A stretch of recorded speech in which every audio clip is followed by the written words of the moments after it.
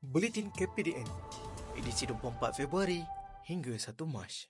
Kerajaan melalui Majlis Tindakan Sara Hidup Negara NAKOL dan KPDN telah menegaskan komitmen untuk menangani isu kos sara hidup dalam kalangan rakyat Malaysia.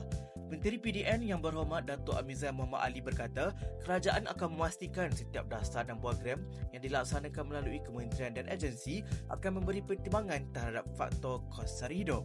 Selain itu, pemantauan akan dilakukan terhadap faktor pasaran dan aktiviti sektor swasta serta industri sebagai tindak balas terhadap perubahan kos sara hidup yang bergantung kepada faktor permintaan dan penawaran dalam sistem ekonomi pasaran terbuka.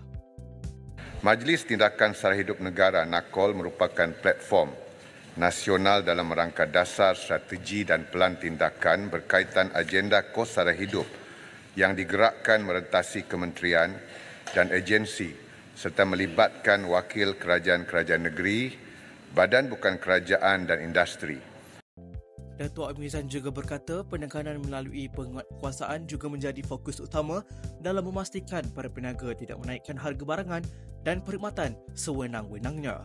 Pelbagai operasi seperti Ops Catut dan Ops Terja akan diteruskan bagi mengekang elemen persatutan di pasaran. Untuk makluman, Tan Sri Yang di-Pertua, Belanjawan 2024 telah memperuntukkan sebanyak ringgit Malaysia 58.1 bilion untuk tujuan subsidi, insentif dan bantuan yang terkait dengan sara hidup rakyat.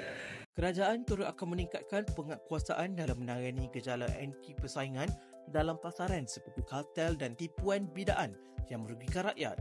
Langkah-langkah tegas ini menunjukkan komitmen kerajaan dalam menangani isu kos sara hidup secara holistik demi kesejahteraan rakyat Malaysia. Buletin seterusnya. Menteri PDN yang berhormat Datuk Amizan Muhammad Ali telah menyempurnakan penyampaian Majlis Anugerah Perkhidmatan Cemerlang KPDN dan Agensi tahun 2023 yang diadakan di Dewan Seri Endon Puspanita Puri, Putrajaya. Majlis ini amat signifikan khususnya dalam memberikan penghargaan dan pengiktirafan kepada pegawai perkhidmatan awam yang telah menunjukkan prestasi perkhidmatan yang cemerlang. Banyak 450 penerima anugerah yang terdiri daripada 377 penerima anugerah perkhidmatan cemerlang APC dan 73 penerima sijil perkhidmatan cemerlang SPC. Semoga pengiktirafan ini akan menyuntik semangat dan mencetus inspirasi kepada semua warga KPDN untuk terus memberikan khidmat bakti dengan lebih cemerlang dan seterusnya menjadi suri teladan kepada pegawai lain. Buletin seterusnya. YB Timbalan Menteri PDN Senator Puan Hajah Fuzia binti Saleh telah melakukan sesi walkabout ke reruai jualan dan persempelan di program Sehari Bersama Perusahaan Mikro Kecil dan Sederhana PMKS yang diadakan di ruangan Anjung Seri KPDN Putrajaya. Program Sehari Bersama PMKS ini dianjurkan oleh Bahagian Pembangunan Perniagaan PPP KPDN sebagai program pembukaan pada tahun 2024. Program sepanjang satu hari ini diisi dengan aktiviti jualan dan persempelan, sesi padanan perniagaan dan sesi temu santai PMKS bersama Bahagian Pembangunan Perniagaan.